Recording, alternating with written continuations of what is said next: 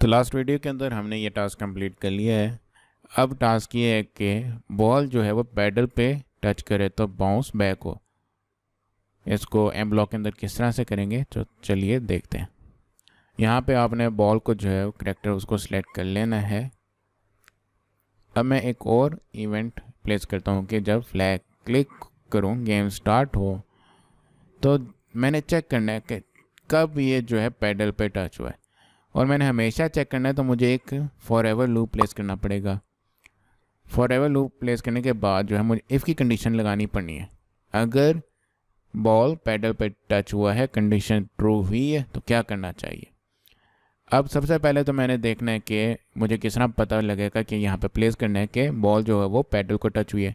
तो मैं सेंसिंग में जाऊँगा, यहाँ पे ये ब्लॉक प्लेस करूँगा और यहाँ पे पैडल सेलेक्ट करूँगा, पैडल करैक्टर। अच्छा, अब ये हो गया। अब बाउंस बैक कराना है।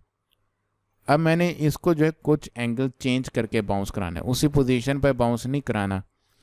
उसके लिए मैं मोशंस में जाऊंगा, यहाँ पे टर्न का जो है ये प्लेस करूंगा और रैंडमली यहाँ पे वैल्यू कोई देना चाहता हूँ। मैं ज़रूरी नहीं कि मैं हर मरतबा 15 डिग्री पे बाउंस बैक कराऊँ, मैं कोई रैंडम वैल्यू जो है वो लेना चाहता हूँ और वो सिस्टम खुद ही पिक करे। उसके लिए मैं ऑपरेटर्स में जाऊँगा, यहाँ पिक रैंडम वैल्यू, यहाँ से कोई भी उसकी मर्जी है वैल्यू दे दे, आप रेंज दे दे कहाँ से लेके कहाँ तक। मैं इसको वैल्यू दे देता हूँ 170 से लेके 180 तक। ये इसकी मर्जी है, 170 वैल्यू डाले एंगल में या 175 डाले, 179 डाले, हर मरतबा कोई रैंडम वैल्यू जाएगी।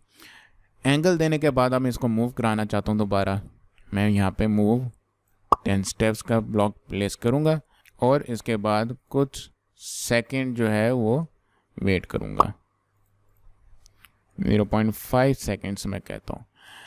मेरा बॉल पैडल को टच हुआ है, कंडीशन ट्रू होगी इफ़ की एक एंगल के ऊपर 15 स्टेप्स मूव करेगा और कुछ डिले डाला है।